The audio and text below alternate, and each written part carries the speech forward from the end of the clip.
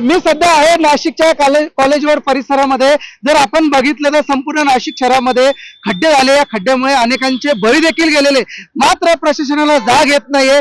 यावर काही नगरसेवकांनी आक्रमक भूमिका घेतली। प्रशासन म्हणतंय आम्ही काम करणार, मात्र प्रशासन आता ऐकत नाही। म्हणून आपल्याला आता या कॉलेजवर परिसरामध्ये काही सामाजिक कार्यकर्ता आता स्वतः त्यांच्या सहखर्चाने या ठिकाणी खड्डे बुजवताना दिसून येत आहे। काय सांगाल दादा, या ठिकाणी तुम्ही स्वतःहून रस्ते उतरताना खड्डे बुजवताना दिसताय, काय काय संकल्पना आहे? काही नाही, आम्ही सकाळी बिटको पासून सुरुवात केली होती। माझाही प्रवास नाशिक रोड, गंगापूर रोड असतो। माझे मुलं शाळेत जातात, सगळे माझे मित्र। मला फक्त प्रशासनाला मदत म्हणून हे करायचंय। माझी स्वतःची प्युअर ब्लॉकची फॅक्टरी, माझ्याकडे काही बरेच प्युअर ब्लॉक होते, मी 2 डंपर भरून आणले।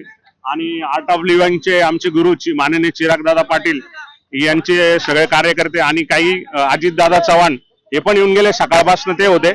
जवळजवळ आम्ही आज 450 ते 500 आणि कॉलेज रोडचा जवळजवळ 20 बाय 8 असा मोठा प्रचंड खड्डा, हा आता प्युअर ब्लॉकने दाबून त्याच्यावर सिमेंट कस दाबून हा पूर्ण करतोय। दादा भाऊ, काय सांगशील, स्वतःहून तो आता खड्डे बुजवत आहे, काय काय करतोय? म्हणजे गेल्या दिवसापासून बघतोय आपण की बऱ्याच लोकांचा मृत्यू झाला अशा खड्ड्यांमुळे। आपल्या एक चांगल्या कामामुळे जर लोकांचा जीव वाचू शकतो, तर आम्ही आता तो उपक्रम घेतलाय। आमचे प्रशिक्षक चिराग पाटील यांच्या मार्गदर्शनाखाली आम्ही हा उपक्रम करतोय। संवाद साधण्याचा प्रयत्न करणारे आपण बघू शकता, काही लोक स्वतःहून काम करताना दिसून येत आहे। आपण तर खरं बघतो फ्लेअर बॉक्स ते स्वतःहून टाकताय। अजून काही आपण प्रतिक्रिया जाणून घेण्याचा प्रयत्न करणार आहे। दादा, आपण बघतोय आपल्या भारतात वेगवेगळे आंदोलन होत आहे, आणि या आंदोलनांमध्ये मला वाटतं रिस्पॉन्ड करण्यापेक्षा आपली युवा पिढी रिॲक्ट करण्यात जास्त व्यस्त आहे।